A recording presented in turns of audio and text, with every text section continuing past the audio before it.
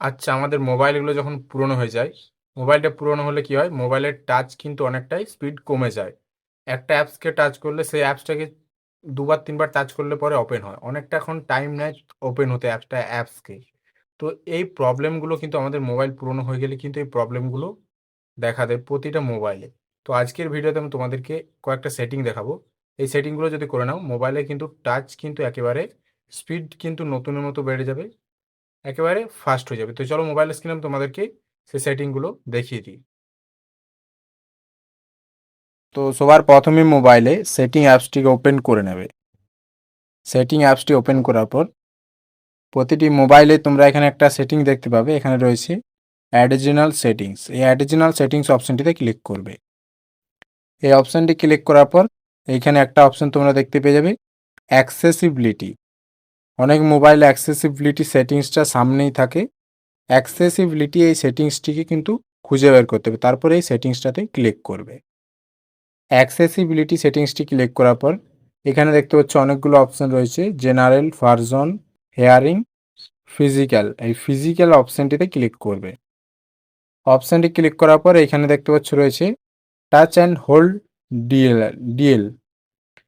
Touch and hold DL এই অপশনটি কিন্তু এখানে দেখতে পাচ্ছ অনেকের কিন্তু এটা মিডিয়াম করা থাকে।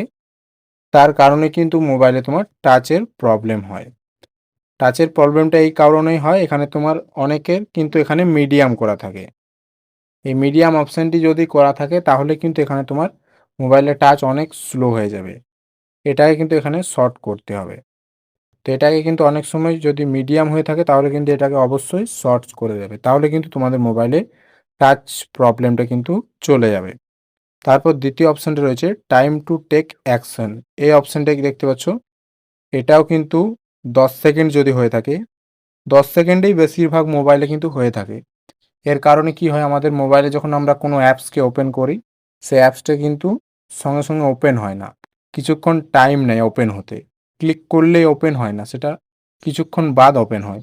এটা এই কারণে হয়, কারণ এটা তোমার যদি 10 সেকেন্ড করা থাকে, অ্যাপসে ক্লিক করলে সেই অ্যাপসটা তোমার 10 সেকেন্ড বাদই কিন্তু ওপেন হবে। তার জন্য এটা কিন্তু ডিফল্ট করে দেবে। অ্যাপসে ক্লিক করার সাথে সাথেই অ্যাপস কিন্তু ওপেন হয়ে যাবে। এরপর আমি তোমাদেরকে লাস্ট একটা সেটিং দেখাবো। মোবাইলে যদি তোমাদের ডিসপ্লে যে কোনো প্রবলেমের সলভ করে দেবে, ডিসপ্লে স্পিড একবারে বাড়িয়ে দেবে। একটা ছোট্ট কিন্তু অ্যাপ্লিকেশন ডাউনলোড করতে হবে। অ্যাপ্লিকেশনটা কোথা থেকে ডাউনলোড করবে আমি ভিডিওর শেষে তোমাদেরকে বলে দেবো। অ্যাপ্লিকেশনটা দেখতে পাচ্ছ, এই অ্যাপ্লিকেশনটা এখানে আমি অ্যাপ্লিকেশনটাকে ওপেন করে নিচ্ছি। ওপেন করার পর কন্টিনিউ করে নেব। কন্টিনিউ করে নেব। এখানে দেখতে পাচ্ছ এটা হচ্ছে মোবাইলের। তারপর এখানে দেখতে পাচ্ছ নিচে অপশানটা রয়েছে অ্যানালাইজ ডিভাইস। এই অপশানটিতে ক্লিক করে দেবে।